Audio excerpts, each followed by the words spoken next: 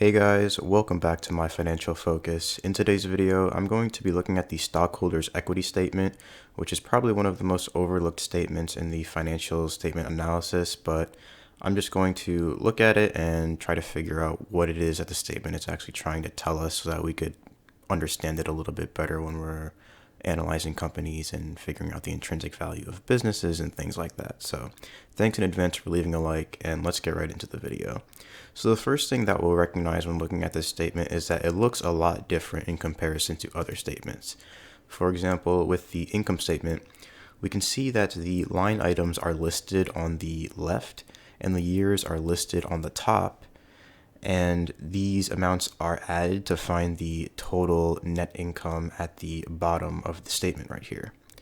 But the stockholders equity statement, it looks a little bit different, and we can see that it lists the different equity accounts on top. So each one of these accounts is an equity account that adds up to give us the total equity. And then we can also see that on the left-hand side, it shows us the individual events that occurred throughout the year, which impacted each individual equity account. And so after seeing how it looks on the top and on the left, we can see that each equity account is added up on the statement to find the total ending balance of that individual equity account. And then at the bottom here, each equity account is added up to find the total equity all the way at the right-hand side for that given particular year. And something else that we could see here is that some events for these different annual periods repeat. So for example, we can see net income or net loss and stock-based compensation sometimes, or other comprehensive loss. Those line items continually repeat from period to period, but there are some events that don't repeat. For example, these accounting standards updates that are at the top of each period here. These updates are made each year, and they're different updates each year, and businesses make adjustments to their reported values based on new regulations when they're released. And so businesses, for example, they might make alterations to past accounts as a result of these new accounting updates and laws. And then once they do that, they're obviously not going to do that in the next period because they already did it. And also something else is that businesses might issue stock one year, like they did right here in 2018, and they also did in 2019, but then they might not do it in other periods. And so it might affect the stockholders equity statement in one year, but then in another year, they might not have done that. So some events repeat and some events do not. And so the first equity account that we see here is redeemable non-controlling interest. I'm just going to go through each individual equity account to explain what it is, and then I'm going to touch on each individual line item on the left-hand side. Some of them repeat, so I won't go over it twice, but I'm just going to go over each individual one that doesn't repeat so that we can see what it is and how it affects the stockholders equity statement. So the first is redeemable non-controlling interest, and this basically just represents the equity interests not owned by the company. And so the non-controlling interest is essentially just an entity that owns less than 50% of outstanding shares of the company. And in this case, since it's redeemable, it's basically saying that they have the right to withdraw or redeem their interest for cash during the contractual payment period. And then next we see common stock. And this is basically just money raised by businesses through issuance of common shares at par value. Par value is basically just the lowest price that a business can issue stock for in order to raise capital. And so if a business issues stock at a share price lower than the par value, they can be held liable. And this law was put into practice with the intention of protecting existing investors, because obviously if existing investors are buying stock at a par value of $100 per share, for example, and the company goes and issues stock to new investors for $2 per share, then they're basically issuing stock for less than the par value, which is obviously diluting the existing shareholders. So this law was initially put into place to try to protect existing shareholders, but as a result, businesses didn't really like that. They wanted to be able to issue stock at whatever share price the company's stock was trading at the moment. And so obviously sometimes on the balance sheets, we'll see that businesses set their par values extremely low, sometimes as low as 1 penny. And so this way they can issue stock at pretty much any price, because as long as it's above 1 penny per share, then they won't be held liable. And so that's what it means when common stock is issued at par value. And then the next one is additional paid-in capital. And this is basically just the amount of money raised from investors through issuance of shares in excess of par value. So for example, if a business were to issue 20,000 shares of stock to raise capital, then at a par value of 1 penny, they would have raised $200, because 20,000 shares times 1 penny is $200. And so if the share price of the stock was $1 per share, for example, then the additional paid-in capital would just be the amount of shares issued multiplied by the current share price minus the par value dollar amount. So if it was 20,000 shares issued, it would be 20,000 shares multiplied by $1 per share, which would equal $20,000 of total capital raised. That's par value plus additional paid-in capital. That'd be $20,000 total raised. And then we would just subtract the $200 raised at par value, and that would have given us additional paid-in capital of $19,800. And so that's why the additional paid-in capital amount is larger than the common stock account, because, both of these added together add up to the total amount of money that was raised from issuing stock. But the common stock account is just the amount that was raised at par value, and then everything else after that is just the additional paid-in capital. It's a little bit confusing. Some companies don't even record the common stock that they issued at par value. They only record additional paid-in capital, which makes a little bit more sense to me. But either way, it's pretty simple and pretty self-explanatory. Just a common stock account plus the additional paid-in capital account gives us the total amount of capital that was raised from issuance of stock. And so the next line item we see is accumulated deficit. And this is basically just retained earnings. But if it's titled retained earnings, it's basically just the accumulated earnings from past periods that were not distributed through dividends. But if it's an accumulated deficit, then it includes the past deficits that have been accumulated as a result of the business being unprofitable. And in this case, in 2020, Tesla had, or not 2020, in 2017, Tesla had an accumulated deficit because their business had not been profitable up to that point. Then next we see the accumulated other comprehensive income or loss. This account is basically just including unrealized gains and losses on things like investments, pension plans, or hedging transactions that have appreciated or depreciated in fair value, but there hasn't been a sales transaction recorded yet. And so since the asset or the appreciated or depreciated asset hasn't been sold, there hasn't been a recognized gain or loss. It's just been unrecognized. And so that would be recorded in the accumulated other comprehensive income account. And so after we add these values up, we get the total stockholders' equity. This is the equity that's attributable to the people who own common shares in the company. And then the non-controlling interests in subsidiaries. This is basically made up of the amount of equity owned in a subsidiary of the parent company by an entity who owns less than 50% of outstanding shares in that subsidiary. And so after we add that amount to the total stockholders' equity amount, we get the total equity in the entire business, including the parent company and all of its subsidiaries. And so that's what each individual equity account means. And so then now I'm going to go on to the individual accounts on the left side.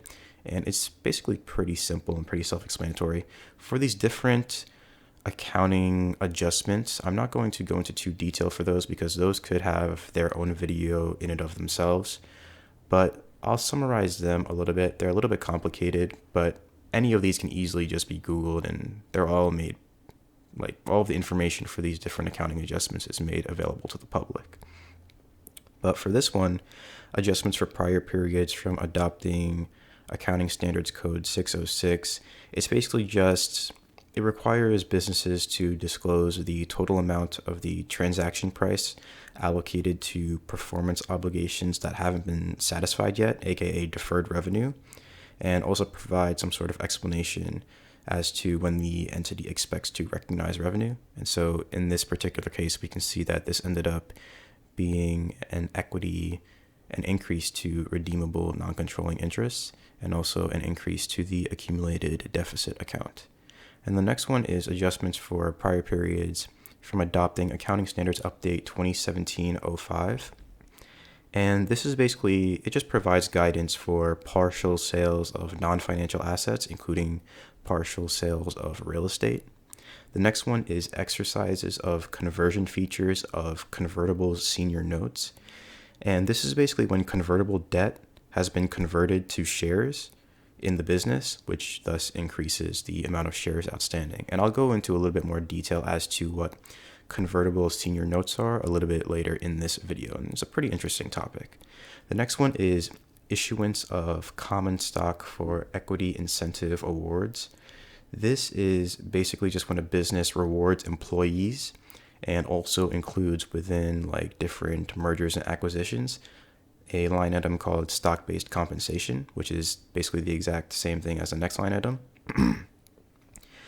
And this is basically just capital raised by issuing common stock minus the cost of completing the transaction. And this is just where it would be listed on the stockholders' equity statement. And the next line item, stock-based compensation, is basically the exact same thing. Then contributions from non-controlling interests, that's capital raised from entities who own less than 50% of outstanding shares. Distributions to non-controlling interests is basically capital paid out in the form of like dividends or something to entities who own less than 50% of outstanding shares. Other is basically made up of just different line items that were too small to get their own individual line items the way the rest of these have.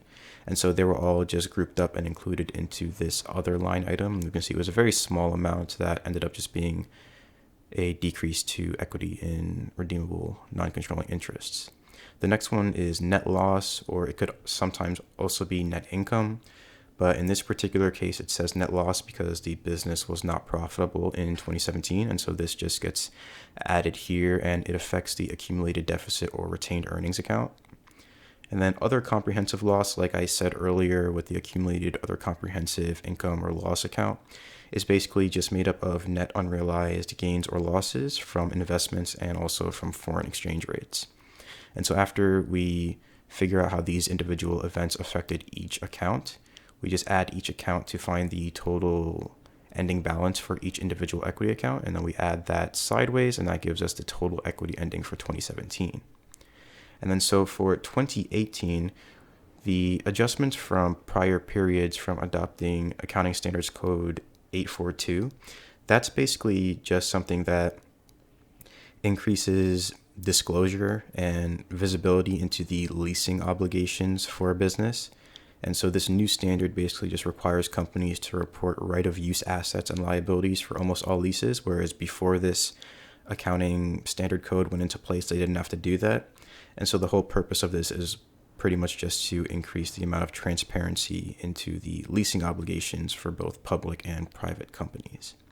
And so right here, I'm just going to talk a little bit about what I touched on earlier, which is what a convertible senior note is. And this is pretty interesting. I've actually seen some of the different investors in Shark Tank offer this to some of the entrepreneurs that walk onto the carpet, and it's pretty cool. So we see right here, it says conversion feature of 2% convertible senior notes due in 2024. So basically, a conversion feature is a specification of the right for someone to transform a particular investment into another form of investment. So for example, if someone was switching like from one kind of preferred stock to some sort of bond, or switching from a bond to common stock or something like that, that's a conversion feature.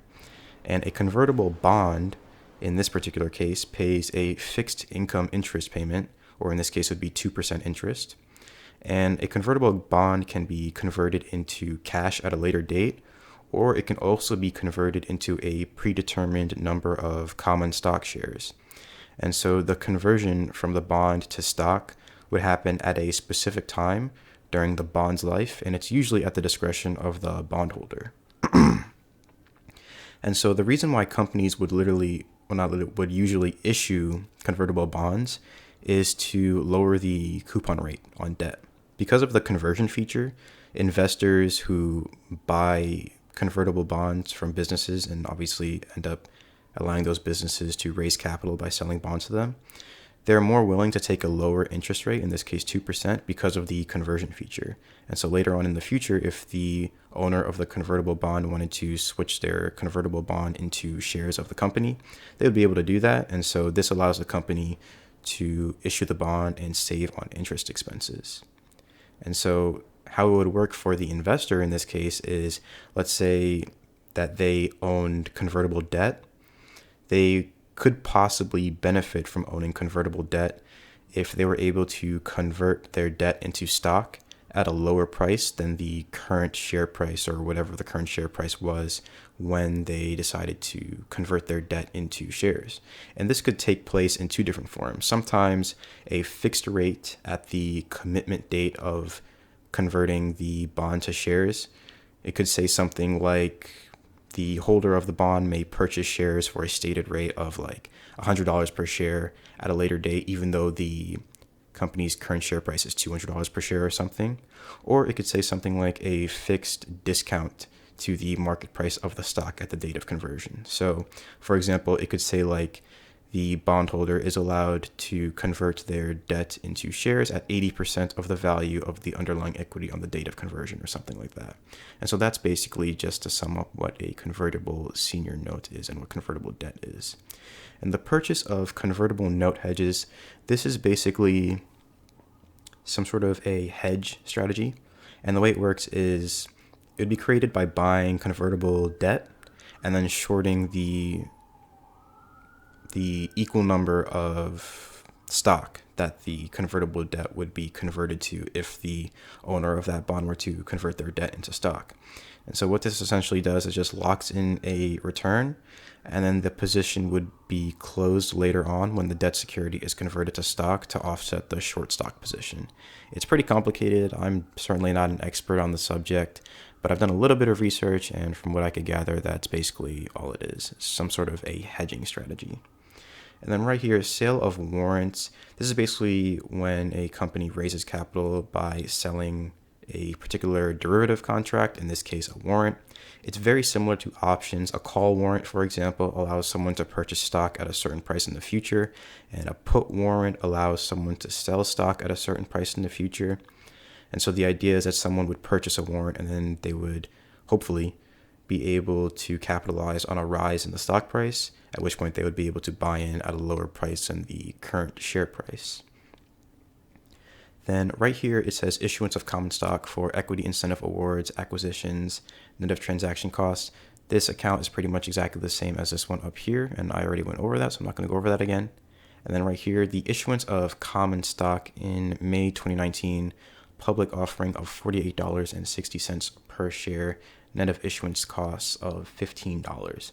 This basically means that shares of stock were issued to the public at $48.60 per share, and they're just subtracting the amount of money that it costs to actually issue the shares. And those costs could come in the form of SEC registration fees, investment banking fees, audit fees, legal fees, and things like that. And so now I'm going to go into the final section, because I already went over these different repeated line items. Like I said before, some of these line items repeat, and I went over these in the 2017 section, so I won't go over them again. But in the 2019 section, we can see adjustments for prior periods from adopting Accounting Standards Update 2016-13. This is basically just to sum up. Obviously, I'm not going to go into too much detail because these could each get their own video of their own.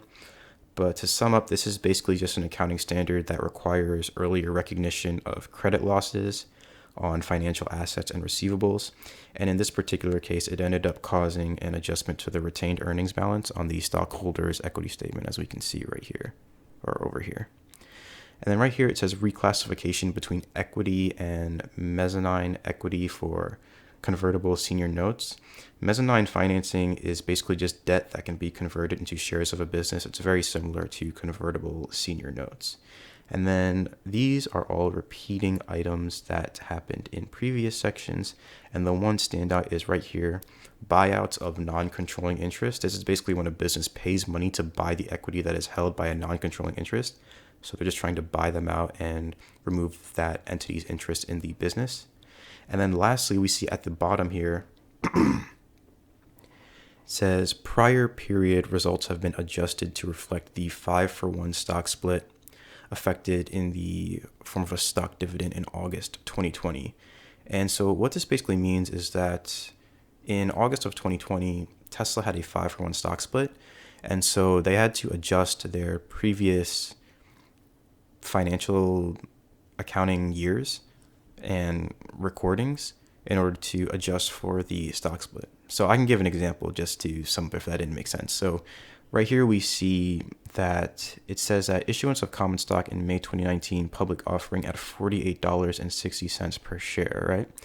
This was for 2018. This is when they issued stock in 2018. But because of the 5-for-1 stock split that occurred in 2020, Tesla had to go back into their previous financial statements and divide pretty much every action that they made in regards to common stock by 5.